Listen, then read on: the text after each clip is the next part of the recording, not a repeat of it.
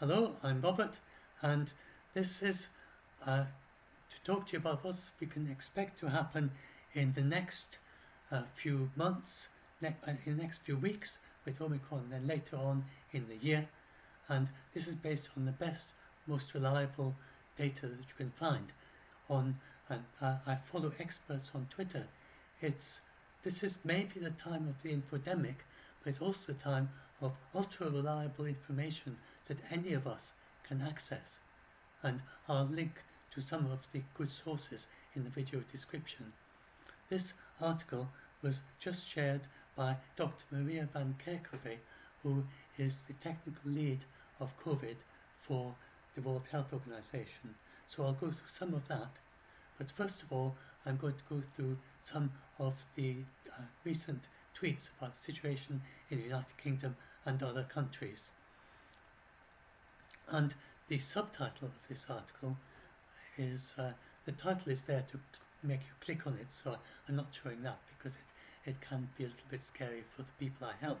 But the subtitle is much more realistic, and this is what it's all about. So the early data suggests that we're going to have less severe and less deaths. And but the hospitals are going to struggle with the acute and general wards, particularly for the next few weeks. The countries that are already being hit, and it'll all be over by February probably. So let's go through that with recent data, and starting off with, this is South Africa, and there it's already peaked, and they've had much fewer deaths than in the previous waves. You can see it's coming down quite significantly in South Africa. Those are the cases, and the hospitalizations, they've already peaked, and they're really those are the cases, weekly cases. So that's 3 weeks ago, and the hospitalizations, they're going down now as well in South Africa. So they've gone over their peak, and they've had far fewer deaths than in previous peaks. Now, this is the situation in London, and it's a very similar situation to what's happening in South Africa. Their cases are, as we'll see, London hospitalizations are still rising in London, but the cases have peaked, as we'll see, and the percentage of cases, this red line shows the percentage in ICU, and it's falling very dramatically with the Omicron peak. And that's what hospitals are seeing. They're seeing much less, they're not getting people turning up in hospital breathless and short of oxygen like they used to, far less use of oxygen, and they're not going to run out of oxygen. There's far less use of oxygen in hospitals, there's far less use of intensive care. Indeed, they are now moving the health workers in the opposite direction.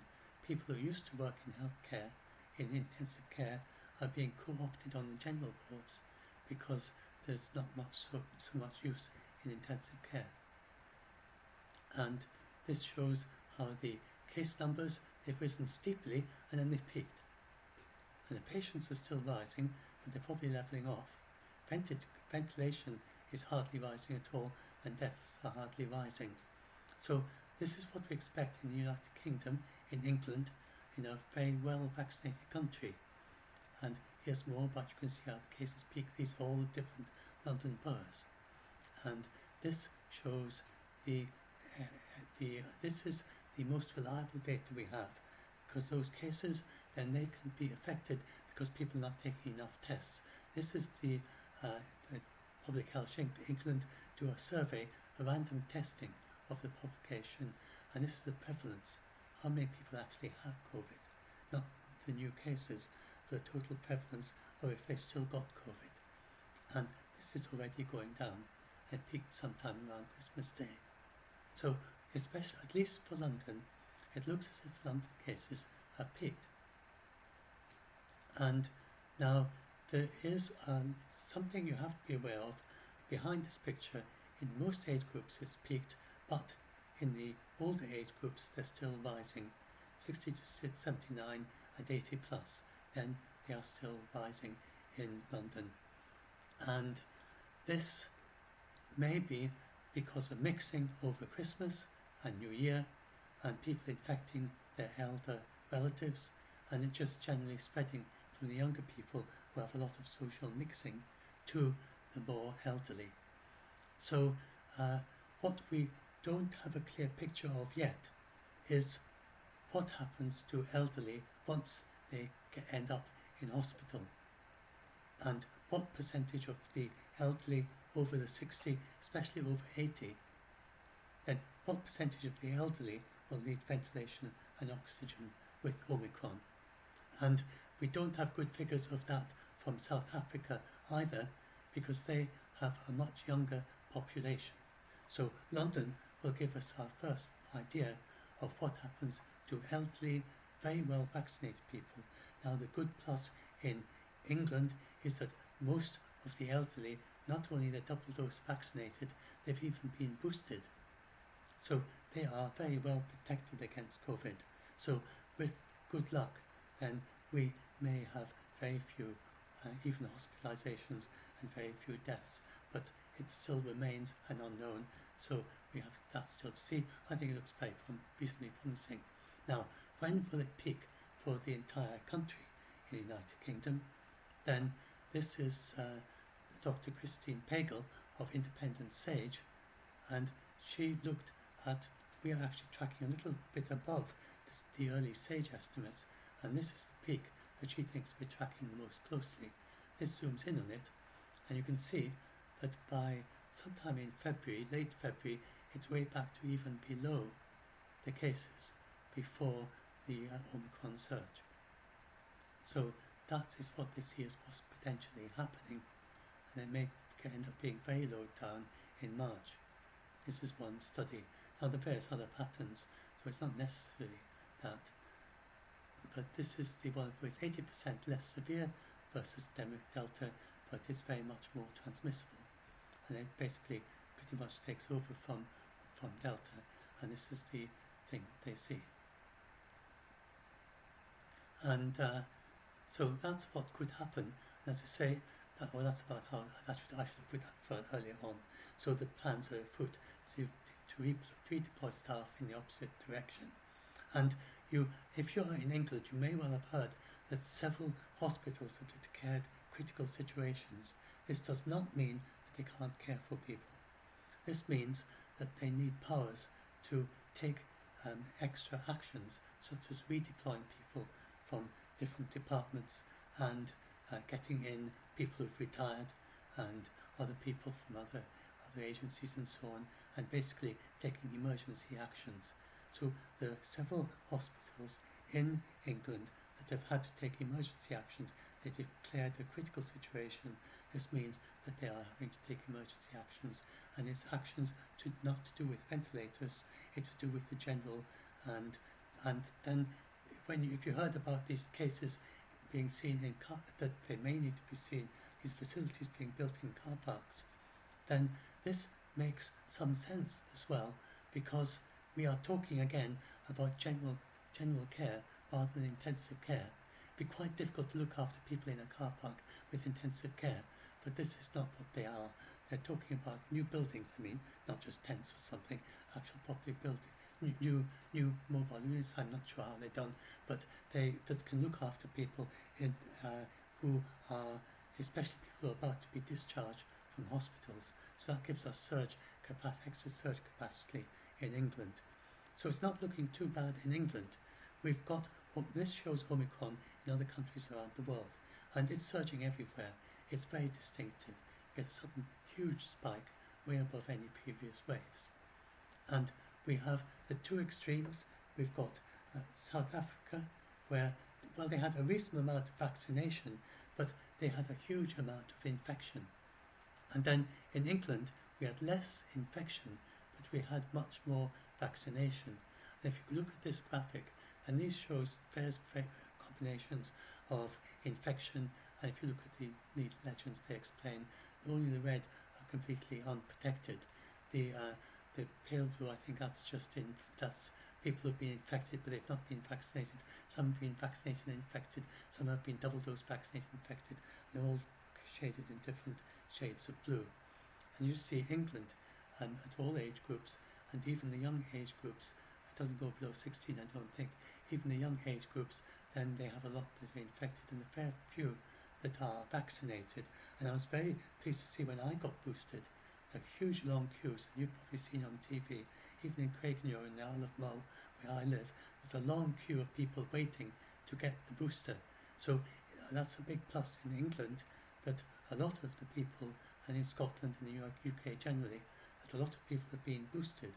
And early data suggests a 20-fold reduction in death for a boosted person. So my risk, if my risk was say 1 in 100, with that, if I was unvaccinated at my age group, of dying if I got COVID, 67 is probably about 1 in 100. It may be reduced because of the better therapeutics we have now. But then if you are boosted as I am, then that's 1 in 1,000. And then on top of that, I take great care. And so if you have the extra layers, so the vaccine is just one layer. I'm not sure if vaccine is one of those layers. Difficult for me to read it on my glasses. But one of those layers is the vaccine. I can't read it to see which one it is. But this Swiss cheese model, where you have the viruses, and it's like they're going through the holes in the Swiss cheese, but the holes are all in different places.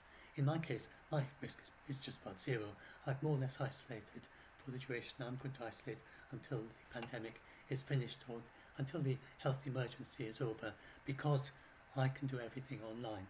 And I see no reason to go around and do the social. I would normally go and visit my relatives about once or twice a year, and that's quite a social time for me. But I'm not going to be doing that this year, and I didn't do that last year until the pandemic is over. They came and visited me once, and they didn't come into the house. We went for walks out of doors, and so I just don't see any reason in adding to the risk of transmission, even if it's very small, either to me or from me to other people. So I'm isolating as much as possible. I go in the shops, wear a mask about once every week or something. You do feel permitted to do that if your situation makes that possible. And if you are someone who is mentally able to cope with isolation, and some people do, some people find it easy. So sometimes find it just comes natural to them. So if that's you, then why not do it? And so the Dalai Lama does that. I do that. I was very encouraged by seeing Dalai Lama.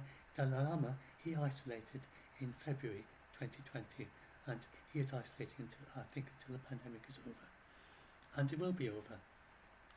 This is about the symptoms of Omicron. It's very much like the symptoms of a cold. So do get tested. If you get a runny nose, headache, if you have an awful lot of fatigue, if you get sneezing, that's a very common symptom if you have vaccinated, and if you have a sore throat, then those are the main symptoms of Omicron, as they were for Delta.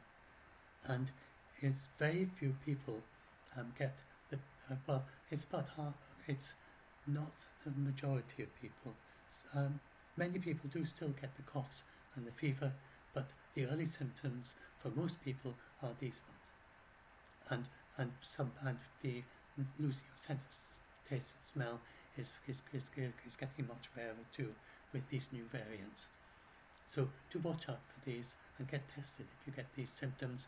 The main reason to get tested is because you know what it is. It will help if you get long COVID. Even if you get it asymptomatic, it will help with your treatment. If you get long COVID, it helps you to isolate and quarantine, and isolate while you're waiting for the results. And even if you can, and wait and test again. If you do the LFT test again the second day, and anyway, all that you are helping to break chains of transmission, and feel it's like with the Swiss cheese model. Then we can't break. None of the layers are perfect. None of the layers have no holes in them. The more you do them, then the more chance, then almost zero risk of COVID getting all the way through. It's just like being careful crossing the road with traffic. You have almost zero risk of being run over by a car if you are careful. So it's like that if you're careful with all the layers with the Swiss cheese model. If you're vaccinated, you may well get symptoms but very low risk of the severe disease. So if you do that, you're not just protecting yourself, you're protecting others, and you have a chance, and you will be brave. People are doing that every day.